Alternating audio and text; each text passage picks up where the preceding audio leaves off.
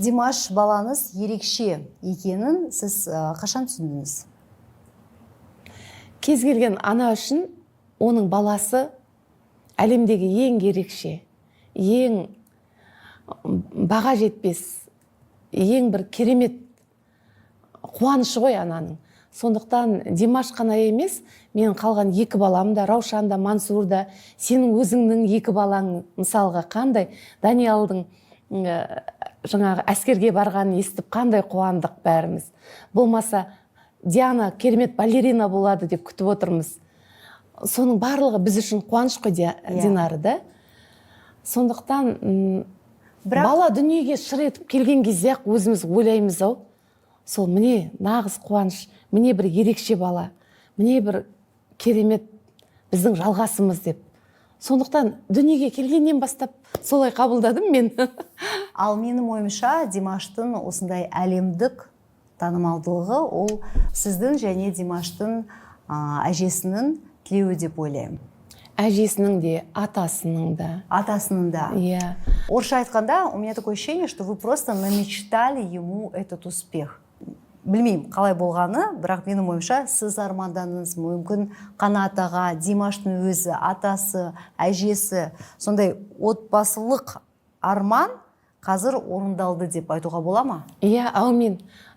Әрине, ол ата әжелерінің, аталарының, әжелерінің екі жақтағы ата-анасының, менің, яғни Қанаттың, бәріміздің арманымыз ғой, осы балалардың жақсы жетістікке жетуі, ең бірінші балаларымыздың аман болуы, дені сау болып дүниеге келгені, одан осындай жақсы азамат болғаны, жақсы жетістіктерге жетіп жатыр. Осының барлығы ата-бабаның, ата-ананың арманы. Бірақ Динара тағы бір қызық нәрсе айтайын саған. Негізі Қанат ағаң өзі бір өте қиялшыл, өте арманшыл, менен де гөрі. Маған кейде күледі, сен ешқандай романтик емессің деп. Шынымен де мен былай әйел адам болып сыртқа нәзік көрінгенмен, мен романтик емеспін. Маған барлығы орын-орынмен, тек рет-ретмен, жаңағы графикпен, режиммен солай болса болды. Қанат ағаң өте арманшыл, армандаған ғой. Ол ән жазады. Сол консерваторияға барсам екен, консерваторияға барып, класс композиция соған түскенде деп армандаған. Бірақ енді ата-анасының жалғыз ұлы, ата-анасы алысқа жібере алмаған, сондықтан ол Ақтөбеде қалған. Әрі қазақ филологиясын факультетіне түскен, қазақ филологиясы факультеті. Кейін мектепте оқып жүрген кезде медицина, хирург болсам екен деп, медицина саласын таңдасам екен деп армандаған. Өзі жақсы ән айтады. Әнші болсам деп те армандаған. Қарап отырсам, 3 баласы 3 арманын орындаған екен. Димаш әнші, Раушан дәрігер болашақ. Әбіл Мансур музыка жазады, композиторлық бір өзінің жаңа қырын көрсетіп жүр соңғы кездері. Соған Қанат қайтам, сен қатты армандап кеткенсің. Менің бір ғана жіберген дүние, мен онша армандамағанмын дейді. Бірақ Димаш 5-6 жасынан музыкамен айналысады. Музыка мектебіне барды. Ол кімнің сондай шешім болды? Негізі сіздің? Негізі бала бос жүрмесін, босқа уақыты кетпесін, тек қана телевизордың алдында, далада бостан-босқа ойнап жүрмесін дегеннен шыққан нәрсе ғой. Сосын мектептен кейін үйірмелерге бару керек қой, енді кез келген бала деп санап, сол Димашты музыка мектебіне апардық. Фортепиано классына, 6 жасынан, сол 5 жастан асқаннан 6-ға жақындаған кезден барды. Фортепианода оқыды, кейін жаймендеп ән айта бастады. Сөйтіп осы саланы таңдады. Біз Раушанды да бердік музыка мектебіне. Бірақ Раушанның онша кішкене өзінің қалауы болмады. Оны жаңағы бетіп заставить етіп дейді ғой. Мәжбүрлеп апаруға аядым қыз бала болғасын. Бірақ ол да музыка мектебіне барды. Кейін ол басқа саланы таңдады, Назарбаев мектебіне түсті. Одан әрі қарай медицинаны таңдады, биологияны жақсы көретін. Әжесі биолог, географ әжесі. Сол әжесімен бірге гүл егіп, түрлі жаңағы бау-бақша егіп, соның барлығын өз кішкентайынан көріп өсті де, сол биологияны таңдады, кейін медицинаға қарай ауысты. Сонда Димаш, Раушан және Мансур үшеуі музыка мектебіне барды. Сіз үшін, Қанат аға үшін сонда ол музыка мектебі көмек болды, сіз үшін? Әрине, бала бос болмасын деп. Бірақ осындай арман және мақсат болған жоқ, қазір музыка мектебіне барасыңдар, содан кейін 15 жылдан кейін, сіз 20 жылдан кейін Пласидо Домингомен, Каррераспен ән айтасыңдар деп. Сондай мақсат болған жоқ, Енді басында біз әйтеуір бала бос болмасын, барсын деп апардық қой музыка мектебіне. Раушан да, Мансур да барды музыка мектептеріне. Енді Димаштан бөлек Раушан мен Мансурды сол кездері ағылшын тілі мектептер шығып жатты. Қазір енді ондай мектептер көп қой. Ол кезде болмады. 2000 жылдардың басы, 2007-2008-ден әрі қарай. Сол кезде біз оларды ағылшын тіліне бердік, музыкаға бердік. Әйтеуір бос болмау керек. Ең басты девиз босқа жүрмесін деген. Оны ең бастысы біз барып жазып кетеміз, мына бала осы жерге барады деп. Кейін оларды таситын атасы мен әжесі. Атасы күнде жұмысқа баратын сияқты, таңертең тұрақ, балаларды мектепке апарады, оны алып келеді, мына үйірмеге апарады, оны алып кетеді, музыка мектебіне апарады, оны кейін ағылшын мектебіне апарады. Солай ол кісі барлық балаларды тасыды. Біз басында тек баланың қабілетін байқау үшін, әрине, музыкант болса жақсы, бірақ енді әйтеуір ешнәрседен қорғалмасын деп солай апардық қой. Бірақ кез келген музыкант үшін баласының енді кәсіби сахнаға шығуы, жаңа Динара өзің айтқан Доминго секілді, Хосе Каррерас секілді мықты әлемдік тұлғалармен бірге сахнада тұруы, ол әрине арман ғой кез келген музыкант үшін. Тіпті оларды концертіне қатыссам екен, концертін тек көрсем екен, оларды тірілей тыңдасам екен деп, олармен танысып сөйлесу енді ол тіпті үлкен бір керемет қуаныш. Сөйтіп армандайды кез келген өнер адамы.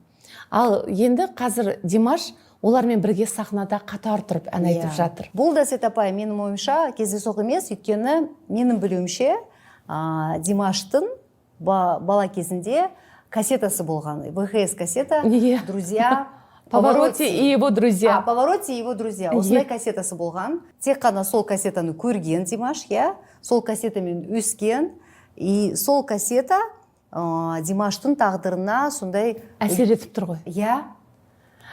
Потому что Пласидо Доминго, Хосе Каррерас және Повороте үшеуі My Way-ді айтқан. Қазіргі уақытта сахнада енді Повороте өмірден өтті.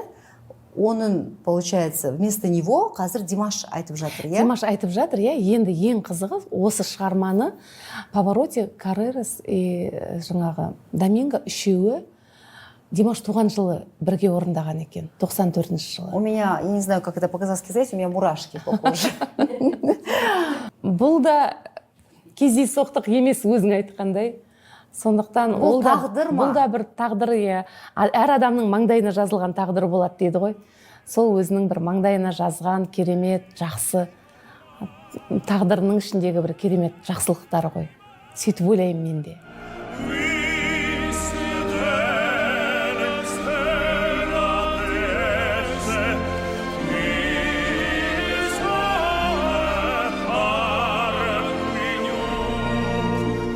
Димаш өзі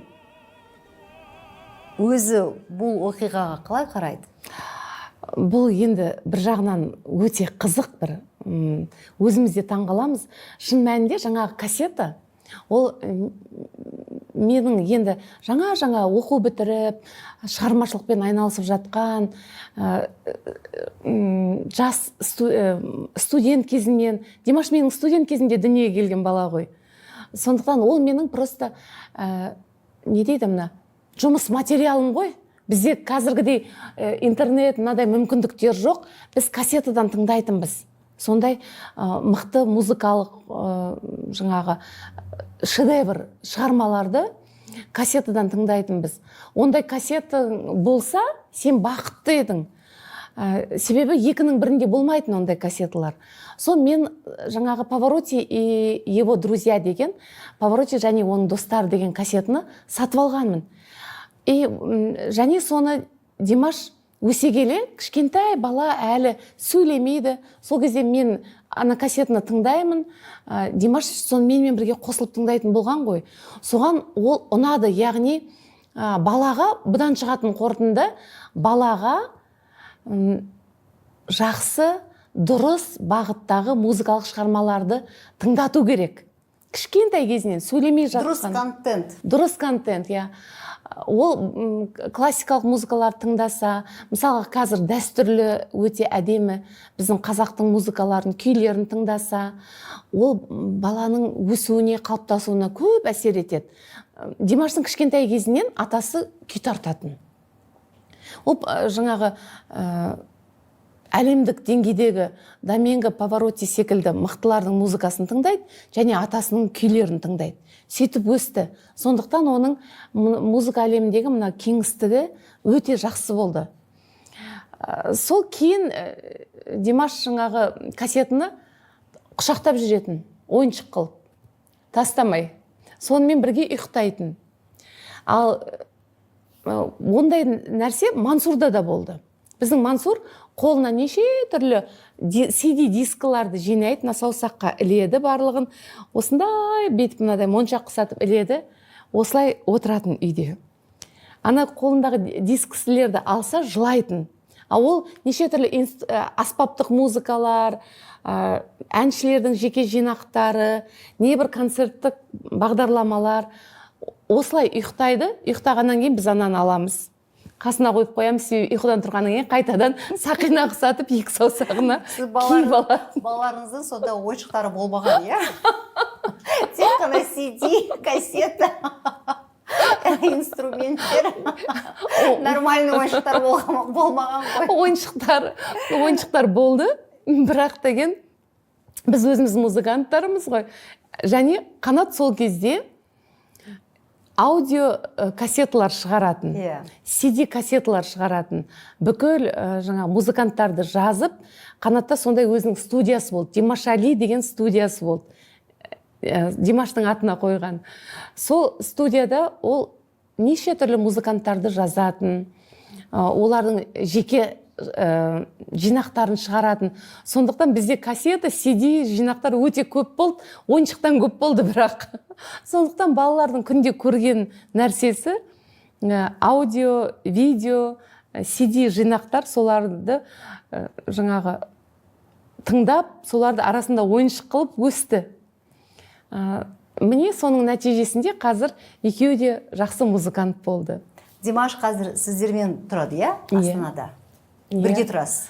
Бірге тұрамыз, бірақ Димаш көбіне шетелде. Менің естуімше, сіздің үйіңізде жақында той болады. Аумин. Аумин, Динара. Бұйырса, кез келген атана армандайды ғой, біздің енді балаларымыз өсті. Димаш та біраз жасқа келді, оң солын таныды. Раушан да бұйыл оқуын бітіреді, бұйырса дипломын алып, дәрігерлік жолды таңдайын деп жатыр. Мансурдың өзі 18-ден асты жасы. Сондықтан той болатын шығар деп күтіп жүрміз. Биыл. Бұйыл болса, бұйыл. Әумин, айтқаның келсін.